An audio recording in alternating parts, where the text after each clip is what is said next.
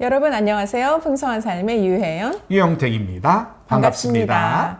자, 오늘 부부 성관계에 관련된 질문 시리즈 쭉 갑니다. 그런데 시작하기 전에 혹시 저희 유튜브 채널 구독 안 하셨거나 좋아요 안 눌러보셨거나 또 공유 안 해보신 분들은 지금 이 시간에 구독, 좋아요, 공유 눌러주시면 저희가 컨텐츠 만드는데 좀 힘을 받을 것 같아요. 자, 감사합니다. 오늘은 직접적인 부부 성관계에 대한 질문은 아닌 것 같지만 아주 밀접한 그렇죠. 관계가 있는 질문이 들어와서 한번 여러분과 나눠보기를 원합니다. 부부 각방 안 되는 걸까요? 오호, 좋아요. 부부라고 꼭 한 침대에서 자야 하나요? 이런 질문이 들어왔습니다. 그래요. 뭐 이게 때로는 신혼일 때 이런 질문이 나오기도 하고 산지 10년, 20년, 30년, 40년 되고 나서 이런 질문이 나오기도 하고 합니다. 잠은 따로 자고 중간중간 부부관계 가져요 라는 부부도 있고요. 또 한 방에서 침대를 따로 쓰는 부부도 있고요. 요즘은 부부가 똑같이 침대 한 이불을 덮어야 한다라고 굳고 끊임없이 말하는 그러한 부부도 있습니다. 그렇습니다. 그리고 완전 너무 사랑해, 너무 좋아해. 그런데 막 너무 코골아요. 막 잘 수가 없어요. 막 너무 이갈아요. 그리고 잠들고 일어나는 시간이 너무 달라서 서로의 수면을 방해하기 때문에 서로에게 최대한 배려하려고 저희는 각방을 써요. 이런 부부도 있고요. 그리고 아이를 기르다가 보니 수유하는 시간이 달라지면서 그냥 너무나 자연스럽게 우리 각방 쓰자 이렇게 의논하지 않았는데 그냥 너무나 자연스럽게 각방이 된 그런 부부들도 있습니다. 그래서 각방의 이유는 가지각색이에요. 근데 그 영향도 그 결과도 사실은 여러 가지입니다. 사실은 많은 분들을 상담하면서 만났는데 이 각방을 쓰면서 어떠한 영향을 서로에게 주고 있고 부부의 관계에 어떤 영향을 받고 있는지를 의외로 잘 모르세요. 정말로 많은 분들이 생각 없이 그냥 좋은 게 좋은 거야 라고 하다 보니 그랬고, 그래서 상담을 하다 보면은 부부관계에 어려움이 있어서 상담을 나눠보면 이게 얼마나 큰 좋지 않은 영향을 미쳤는지를 때로는 보게 되기도 하고 그걸 나누기도 합니다. 그래서 오늘 이 질문이 참 중요한 것 같아요. 이 질문을 한다는 그 자체가 일단 부부는 한 방을 그리고 한 이불을 써야 한다는 그런 전제가 있는 것 같아요. 그렇게 해야 되나요? 라고 물었기 때문에. 그리고 그렇기 때문에 여기에 대해서 먼저 이렇게 말씀을 드릴게요. 한 침대, 한 이불을 덮는다. 참 좋다고 생각합니다. 사실은 성경에서도 부부는 한 침대를 쓰는 게 좋다.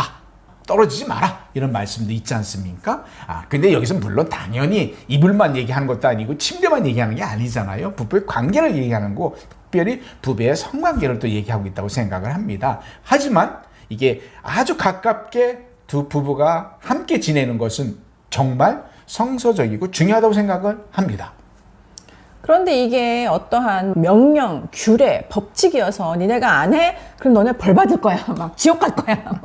지옥까지는 가지 말고요. 네. 혼날 거야. 혼날 거야. 정도? 이런 것의 어떤 명령은 사실은 아니라는 것을 말씀을 드리고 싶습니다. 우리가 하나님께서 우리를 벌 주기 위해서 만들어 놓은 어떤 규칙은 아니라는 거죠.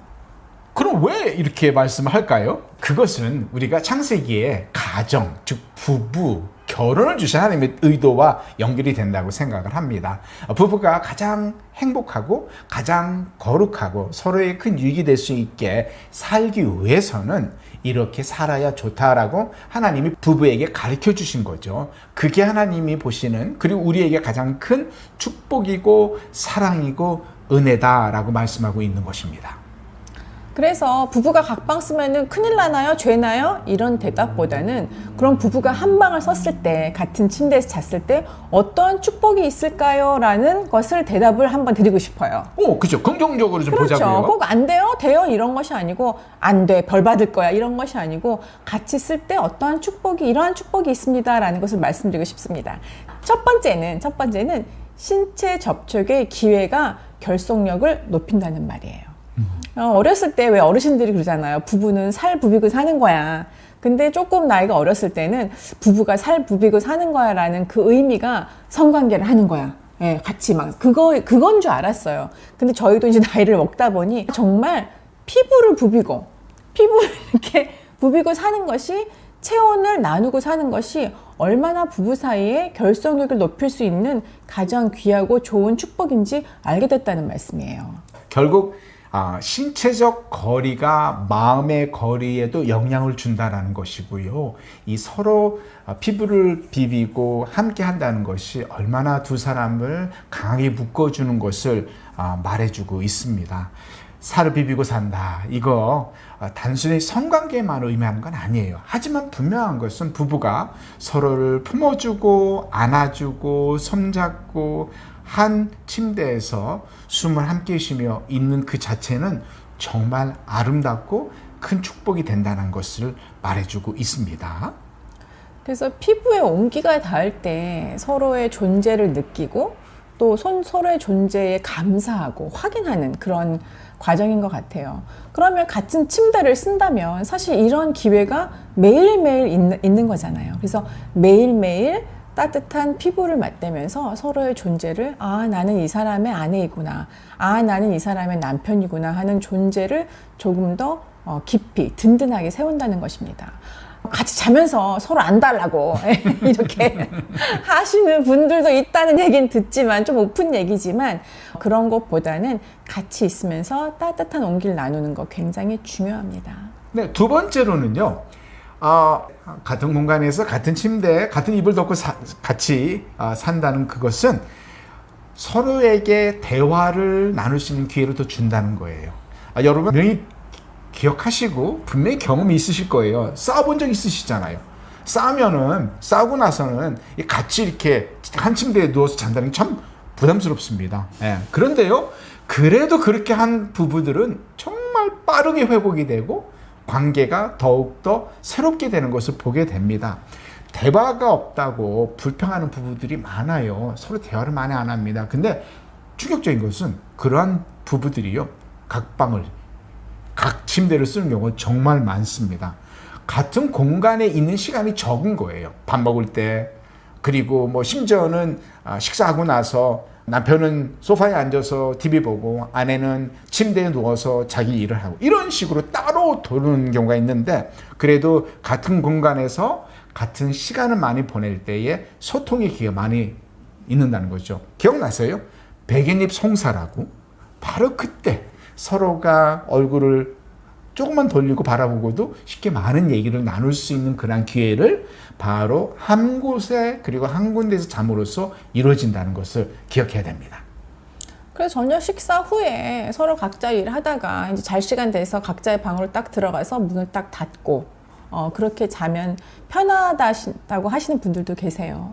너무 편하네. 코 고는 소리도 안 들리고 이 가는 소리도 안 들려. 그렇게 말씀하시는 분들도 있는데 대부분 각방을 쓰시는 부부들이 그렇게 문을 닫고 누우면 굉장히 공허하다는 말씀들을 하세요. 이제 각자의 삶을 살아가는 뭔가 떨어졌는 느낌을 받는다는 분들이 굉장히 많으시거든요.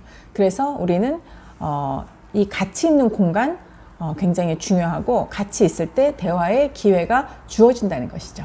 그렇죠.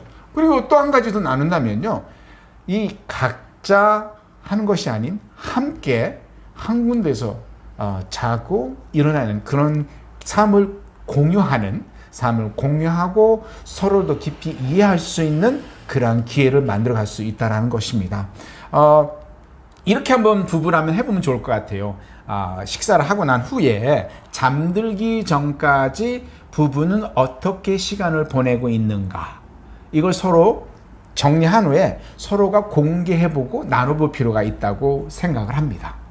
그리고 나누고 나서 이제 다 나눴어요. 좋아요. 근데 그렇게 나눌 수도 있지만 자려고 누웠어요. 근데 남편도 핸드폰 꺼내서 좀 보고 아내도 핸드폰에 잠이 좀 들려면 한 30, 40분 걸리니까 근데 서로 보다가 서로가 한 장소에서 한 침대에서 보면은 아내가 당신 뭐 보는데? 이렇게 할 수도 있고 남편도 당신은 뭐 봐? 하면서 공유가 될 수도 있고 그거 보는 거야? 할 수도 있고 배우자가 괜히 쓸데없는 불필요한 이런 것들도 보지 않는 어떠한 브레이크도 걸 수 있는 그런 과정이 될 수 있다는 거죠. 그래서 삶을 공유하는 시간이 될 수 있다는 것입니다. 결국에는 단순히 한 침대에서 한 이불 덮고 자는 그거를 통해서 얻고자 하는 많은 축복을 여러분 함께 나눔으로써 물론 불편한 것도 있고 힘들 수도 있지만 그걸 잘 이겨내는 게 필요한 것 같아요. 그래서 서로를 큰 축복이 되는 시간이 됐으면 좋겠고요. 이런 얘기를 마지막으로 나누기는 원합니다. 61세의 남편이 각각 각방을 쓰다가 돌연사한 가정의 이야기예요. 그 가정에서 아내는 돌연히 돌아간 남편 때문에 후회하는 그런 얘기를 들었습니다.